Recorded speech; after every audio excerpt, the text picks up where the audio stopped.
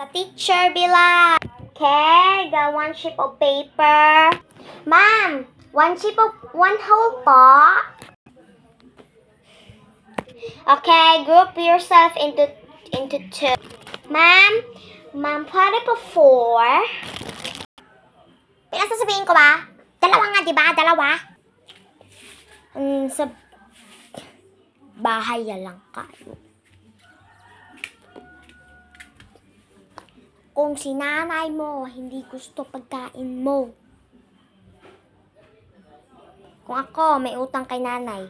Anak, yung utang mo pala sa akin, mga 2 weeks siguro yun, mga, ano yung papilan niyo sa mga sa 50 yung bayadan mo. Anay, wala akong pera. Di ba binigyan kita ng allowance yun? Ha? Ba't mo naman inubos?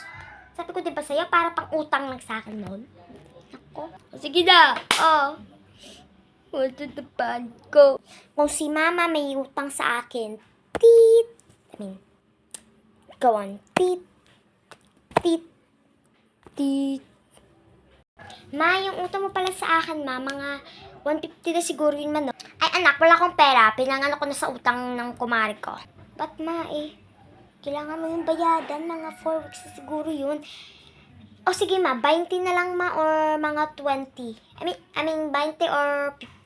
Pero basta sasabihin sa'yo na wala nga akong pera, binayadan ko na sa kuryente, sa mga ano ko, bibili ng mga bugas, sa mga ano dyan, dun sa mga utang ng mga kumari ko na uutang sa akin, ha? Ano sabi? Ha? Ganda mo.